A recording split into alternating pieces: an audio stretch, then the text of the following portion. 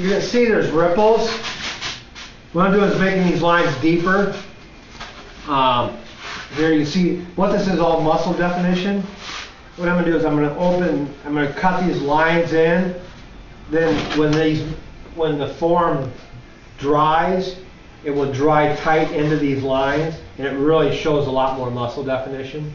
A little bit more work, but I think it makes a huge difference as an end result. Again, that buck right there is a phenomenal specimen of that. You can really see there's a lot of muscle definition in here, a lot of shoulder definition. You really can feel it coming down the neck. You can feel these muscle lines. This mannequin is the same way, this deer. I've cut the shoulder lines into this buck. It's not there. If you look at that mannequin compared to this mannequin, this is that mannequin. I come in, I cut the shoulder lines in. It gives them that blade look, which is there normally on a deer.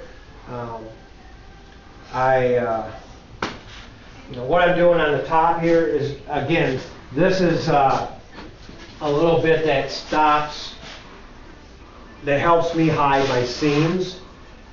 This will actually be a pretty deep line when I get done with it. I'll put clay in here. When I sew, I come back with the rubber mallet and I'll pound that seam into the clay, which gives it a bevel, which again is a natural look on a white-tailed deer. Down the center of the back there is a bevel in them. That makes that seam disappear. The dental floss is very, very strong. I mean, look what it does. And I use what's called, it's a non-waxed dental floss.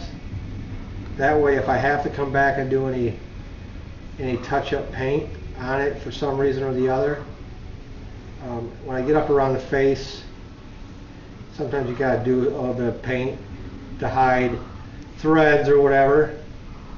And then the non-wax dental floss is paintable. Wax dental floss is not paintable. Real simple. This is really, really easy. It's just no knots involved. Just the way you sew is really weird. You want to try to get as much hair out of the sew pattern as possible.